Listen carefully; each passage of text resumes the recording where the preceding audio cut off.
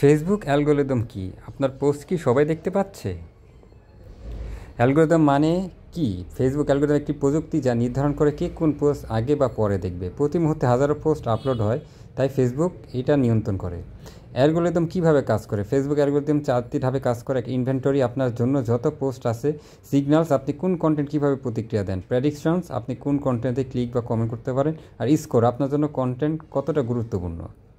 আর signals কী কী? যেটা আপনি কার পোস্টে বেশি লাইক দেন, ভিডিও, ছবি না টেক্সট, কোনটি পছন্দ করেন, কতক্ষণ সময় দেন, কমেন্ট করেন কিনা পোস্টের সময়। কী ধরনের কন্টেন্ট বেশি রিচ পায়? অ্যালগরিদম যেটা পছন্দ করে, যেমন কমেন্ট ও আলোচনা হয় এমন post, live video, Facebook reels, নতুন এক্সক্লুসিভ কন্টেন্ট এবং ফ্রেন্ড ও গ্রুপ থেকে আসা পোস্ট।